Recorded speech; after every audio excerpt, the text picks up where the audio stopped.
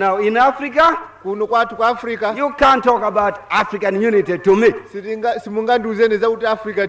when there is no unity between Malawi and Tanzania.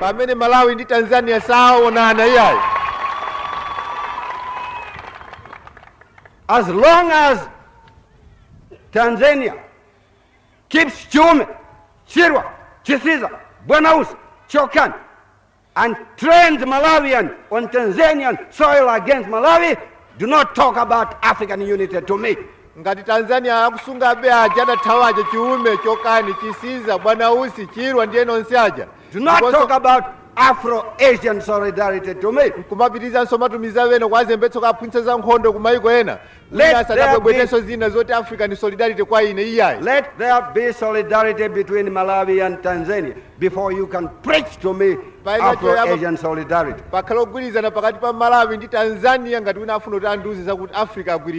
I said that there, and I repeat it here, about Afro-Asian summit in Algiers. All right, what is it going to be? What is it going to be? A sensible discussion, a forum for discussion, sensible things, or just a propaganda forum for somebody. In June, China sent 200 delegates. Why?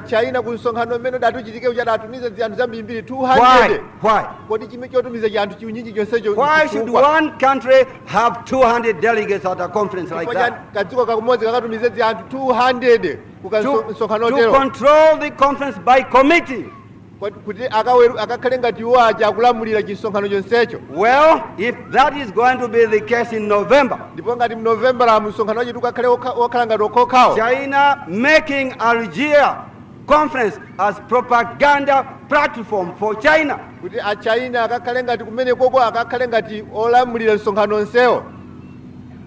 I do not want to play any part in that. If it's going to be just a Chinese propaganda orchestra, then I have no intention of going there. Because let me repeat what I said in Tananarive. I said there that I have no intention of going to Algeria or anywhere else to play a second fiddle, third fiddle, or even a first one in a Chinese orchestra, Chinese propaganda orchestra. I have no intention of playing a first or second fiddle in a Chinese propaganda of hate. Not only that, I have no intention of going there and becoming a part of the audience for the Chinese propaganda orchestra of hate. China and others always talk about imperialism. They always talk about imperialism when they think of the West. But what about the East? To me, Afro-Asian solidarity must not mean hatred of any part of the world. It is true that in the 19th century, imperialism came to Africa from Europe. The British, the French, the German, the Portuguese and others. But let me tell you, there was imperialism long before that. Zanzibar, Mombasa, Mozambique, the island of Mozambique. ngakhalenso ku Mozambique kachisumbukaja ka Mozambique. The European found imperialism there.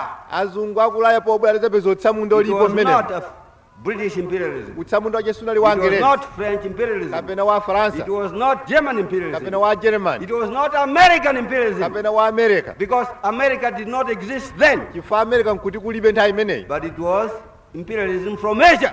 Koma utsamunda wacho nalochokera ku Asia uko. Let me repeat what I said at Tanzania again Mbwereze izo ndanena ku Tanzania this morning. mmawa lero pochoka. Press conference. Pa nthawi imene mmakamba ndi anthu I ankhani. said Nanena kuti in the Middle Ages kalekalero there was imperialism. utsamunda unalipo. There was first a man called Genghis Khan. Panali munthu wina dzina ake Genghis Khan He conquered the whole of Asia. amene anagonjetsa dziko lonse la Asia. Later on there was another man called Kublai Khan. Pambuyo pa uyo nkubweranso wina dzina lache Kublai Khan. He conquered not only the whole of Asia, Iye adagonjetsa osati Asia but yekha part ya. of Europe, Koma nkhale mbali ine ya dziko la Russia. Europe ndi ku Russia Turkey, ndi ku Turkey the whole of the Balkan, ndi mbali zina za kumeneko Poland, ndi ku Poland Romania, ndi ku Romania and even Hungary. ndiponso nkhale ku Hungary anakafikako. It was the empire of Kublai Khan, Tsono limene linali ngati boma lache controlling Kublai Khan Korea in the east, kuchokera ku Korea kummawa right up to Poland in Europe. mpaka ku Poland ku Ulaya uko. And Kublai Khan Ndipo Kublai Khan yu was not English. sindi kuti anali He Ngerezi was not Scots. kapena He Msikochi was not a Frenchman. kapena Mfaransa He was not a German. kapena He Mjeremani was not American. kapena America. Because I repeat, America did not exist now. Chifukwa mbwerezenso Then- pa nthawi imeneyo nkuti America kulibe. He was where we hear now people talking about friendship with Africa. Iyeyo anali kumene kuja kumene tsono tikumva anthu akunena zauti ubwenzi wa Africa uno. How do I know Kwa izo nsezi nkudziwa bwanji that someone over there now in Peking kuti pali munthu wina ku Peking uko is thinking about reviving, reconstructing, resuscitating the old empire of Genghis Khan and the old empire of Kublai Khan? How do I know? akuganiza kuti ayambenso adzutsenso ufumu uja How adausiya do I know? Kublai Khan. Kodi iye ndikudziwa bwanji? How do I know? Nkudziwa bwanji? People in Peking say they are coming here to help Africans fight imperialism in Mozambique, Rhodesia, South Africa, Angola. Anthu Peking kwaonena kuti abwera kuno kwa Africa udzathandiza umenya utsamunda ku Mozambique, ku Rhodesia, ku South Africa, ku Angola. But right next door there is Hong Kong, Koma konko konunkhana mfuno occupied by the British. kuli dziko meneko kumene Angerezi Next alipo. door there is Macau, Ndiponso kuli dzina nyina Macau. occupied by the Portuguese. Aportuguese ali kumeneko. Do you mean to say that those people in Peking love the African in Rhodesia, Mozambique, and Angola, and South Africa better than they love their own fellow Chinese in Hong Kong? Kodi nkutheka kuti iwowa Chinawa asakonde anzawo abale awo enieni ku Peking konko koma adzakonde ife ku Africa kuno nasi abale awo nkutheka zimenezo? Do they love the African more than they love their own fellow Chinese in Macau? Kodi akonde ife kuno ma-Africa nikuposa mmene angakondera azibale awo enieni? Why don't they chase away the British in Hong Kong? Bwanji osamba achotsa Angerezi ku Why Hong don't Kong? they chase away the Portuguese in Macau? Bwanji osamba aputikiza Aportuguese ku Macau? Well, these are the questions Izi nzifunsotu that have to be answered zoti ziyankhidwe to my satisfaction kuti ineyo kuyankha kwacheko ndikukhutire before I can believe nsanayambe kukhulupirira that anyone in Peking, kuti aliyense kawa ku when Peking he says friendship with the African, brotherhood with African, pajabwebweta kuti iye chibwenzi ndi Africans It chibali means- cheni ndi Africans it means it. kuti akunena zeni How zeni. do I know it's just a trap? Just a trap, msamba. Usakhala msamba diwa. Diwa, mkuliziwa diwa ino. Kamsamba mkukaziwa kamsamba kochera mbarami kamsamba tu. Yes. That is how my mind is working. Izo ndimene ndiwonera ine mmaganizo mwanga. Well, I do not want to detain you long. Nsakuchedwetseni pano. All I want you to know that I'm back Chimene ndimafuna kuti mudziwe nchakuti ine and ndabwera. I was received with great honor there. Uko napita ndi manja awiri mwa ulemu. Don't let Chiume deceive you. Chiume satangunyengeninso. We are not isolated. Sikuti ife tili padera yayi. No. Iyayi. People respect us. Anthu akutilemekeza In kwa basi. fact, they love us. In fact, they love us. Ndiponso akutikonda. Thank you very much. Zikomo kwambiri. Thank you very much. Zikomo.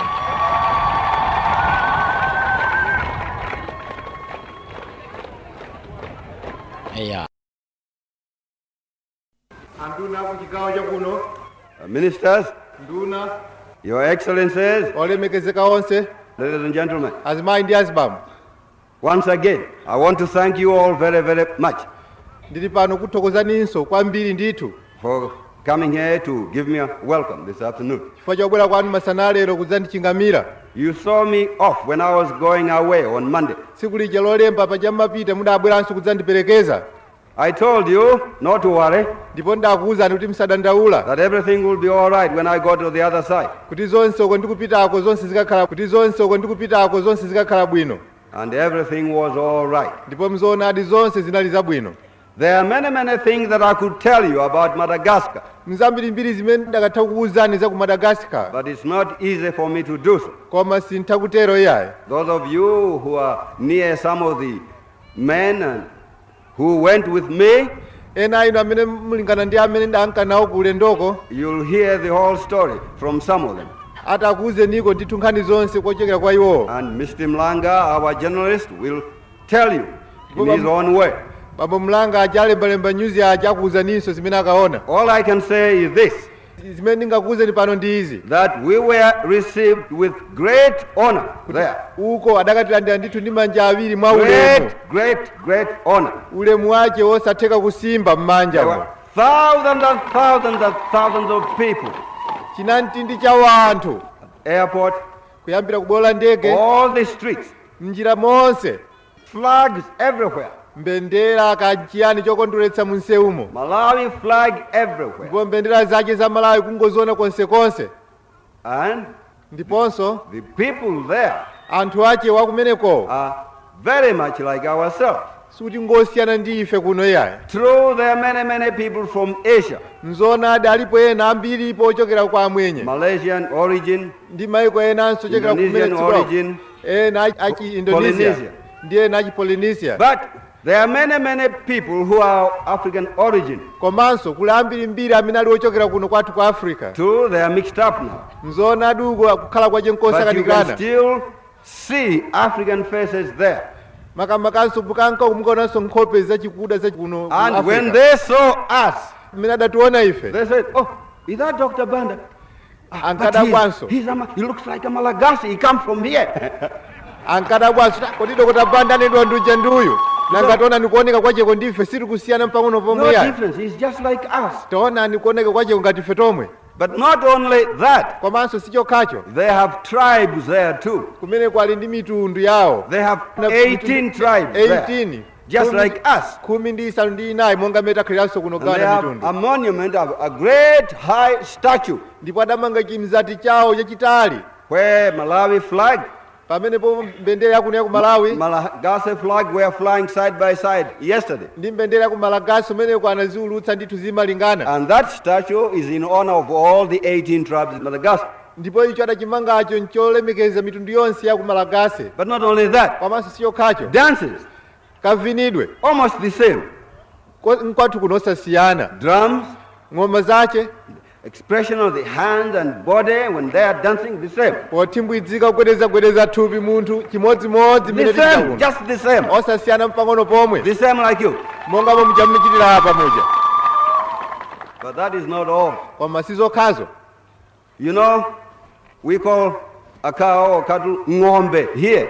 Inu mudziwa kuti kuno kwathu kuno ng'ombe timaitcha ng'ombe. They are aombe, mombe. Isn't that the same thing? Uko wakuti achire ng'ombe ukapati aombe kapena mombe. Kodi nanga siri kufanana kalankhulidwe. Hey, fire, Tineneza moto. it's moto even there, moto. Iwonso kwakuti moto. Moto. Moto there. Many, many, many other words. the Ndipo same. mawu ambirimbiri amene tikufanana. So that I was perfectly at home there. Kotero kuti mmene naluko ndalibe udzunguyu aya ndikampeza kuti ndili Of kwathunso. course, we were talking politics. Zoona ati timakamba za ndale. And we did talk politics. Ndipo za ndalezo takambadi. I told the people there Anthu auko ndawuza that it's no use kuti sikwabwino anybody kuti aliyense telling me kuti adzindiuza ine cooperation or kuti ati working together between the Africans and the Asians kuti kati tigwire limodzi mogwirizana pakati pa ife aku Africa ndi auko ku Asia. When there is no brotherhood between the Asians themselves. Pamene kwa Asia kokhako kulibenso kugwirizana mkumvana No kulibe. brotherhood between the Africans themselves. Kunonso kwa Africa kwathu kuno kulibenso kugwirizana So pakati pa before ife we can tokha. talk about Afro-Asian solidarity, Choncho tisanaganizire zokamba zakuti Africa ndi Asia agwirizane. let there be solidarity in Asia. Tione kaye ku Asia kukhale kogwirizana kaye. Let there be solidarity in Africa. Momwemonso ku Africa kuno tione kuti nkogwirizana. There is no solidarity in Asia now. Ku Asia pamene ndine pano kulibe kugwirizana. India and Pakistan are fighting. Ma Indian ndi ma Pakistan akumenyana. But what is India? Kodi nanga tikati What is India Pakistan? kapena Pakistan Is there ndiyani? any difference in blood, color and flesh between the Pakistani and the Hindus? Kodi pali kusiyana kwa makhalidwe kapena chikopa magazi kapena minofu yawo pakati pa No. India ndi No. Pakistan? No, Palibe. they are the same people. Anthu aja ndi amodzi. People who call themselves Pakistanis Awa aja kuti cha Pakistan aja are Indian by blood and flesh. ndi amwenyenso nawo nkabadwidwe kawo. People who call themselves Hindu Ajanso akuti cha Mahindu are Indian by blood and flesh. nawonso ndi amwenye chibadwa chawo. The only thing that separates them Chimene chikukhanga chikuwagawanitsana is religion. mzipembedzo. Those who call themselves Pakistanis Amene akuti choti ndi Mapakistani awa are Muslim. ndi achisilamu Those who call achimuslim. themselves Indians Awa akuti choti ndi Ma-Indian are Hindu by religion. ndi achihindu Well, mchipembedzo chawo. As long as that sort of thing takes place in Asia, Ndipo ngati chinthu chotere sichichoka ku Asia, don't talk about Afro-Asian solidarity. wina asatinso abwebweteza kuti Africa ndi Asia China agwirizane. is invading India. Achina pamene pano akuaputa India. Malaysia, Indonesia is threatening Malaysia. Indonesia nawonso akuopseza Malaysia. Where is Asian solidarity there? Nanga kugwirizana kwa ku Asia kuli kuti pamene apo.